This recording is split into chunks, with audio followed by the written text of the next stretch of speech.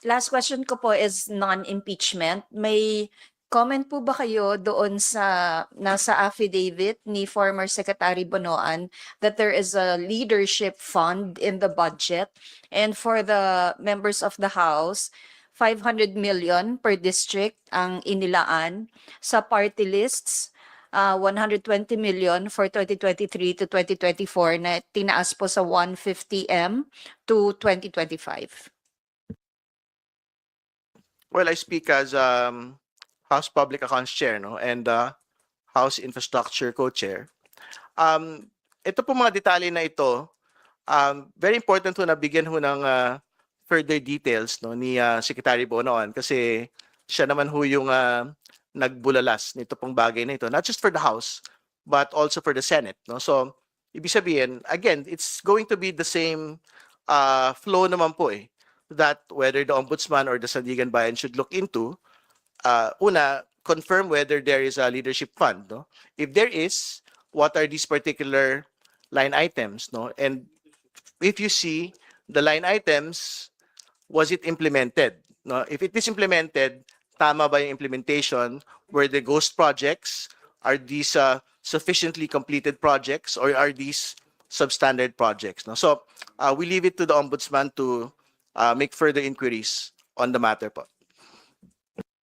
Unang-una po yung pagpe-prepare po ng National Expenditure Program. Alam naman po natin na meron pong mga bawat ahensya ay priority for the entire country, and the distribution of that allocation for per agencies in order to service the community is per district ang kanilang appreciations. As to the leadership fund, sabi ko nga po, nag-uusap ko nga po kami ngayon ni Congressman Joel dito we are not privy to that kind of discussion, yung leadership no funds, no. I think sabi nga ni Congressman Terry, it's for the former Secretary Binoan to fill in the additional details para ma-appreciate po kung ng korte na pinag-uusapan nga nila dito ngayon sa Sandigan Bayan. But as to how the House of Representatives approached the budget into 2025, nakita na niyo mo po na nakalatag po yung live stream, yung ating pagbabudget. These are the reform that we have instituted para po mas klaro and mas transparent yung naging pagbabalangkas ng mga pondo ng ating taong bayan. So as to whether or not there are allocations per district, hindi mo naman po para sa mga congressman yan, so nakaupong mga district congressmen, para naman po yan sa mga ahensya na nagde-distribute o nag-implement ng mga proyekto sa mga districts. So ang nagyayari lang po, bilang mga kongresista ng per district, kaya nga po nagkakaroon tayo ng briefing para makita po natin kung paano po yung accomplishment ng per agencies nila implement ang kanilang programa at proyekto na naaayon doon sa National Expenditure Program at targeted kung kanino at saan na mga distrito ito mailalagay.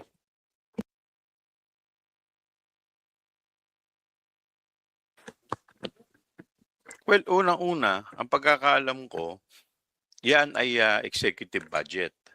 So normally, ang naglalatag niyan ay ang punong ehekutibo. So tinitignan nila kada distrito, yung ahensya na in charge yan. Like for example, sa DPWH, kung ano yung mga pangangailangan ng kada distrito.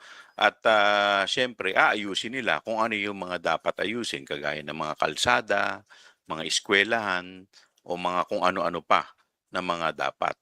Yung mga congressman, may mga pagkakataon na nagbibigay ng mga suggestion dahil ito rin ay base din sa mga nire-request ng mga nasa baba. Like mga barangay, mga eskwelahan. So ito ay pino-forward sa national government at tignan nila kung may mga kailangan ayusin.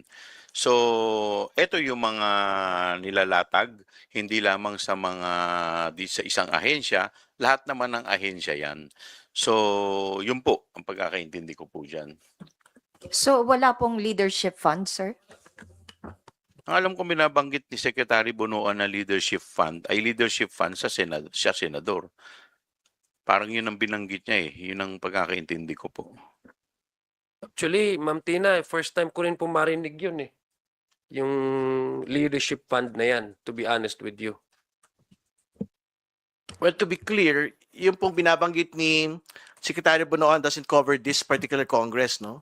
The 20th Congress. It probably refers to the 19th Congress, no? So, magandang maitanong, no, yung previous leadership kung is this something that actually exists? Do they confirm what Secretary Bonoan stated, no? So, I think yun po yung first step na kailangan pong gawin sa bagay po na yan.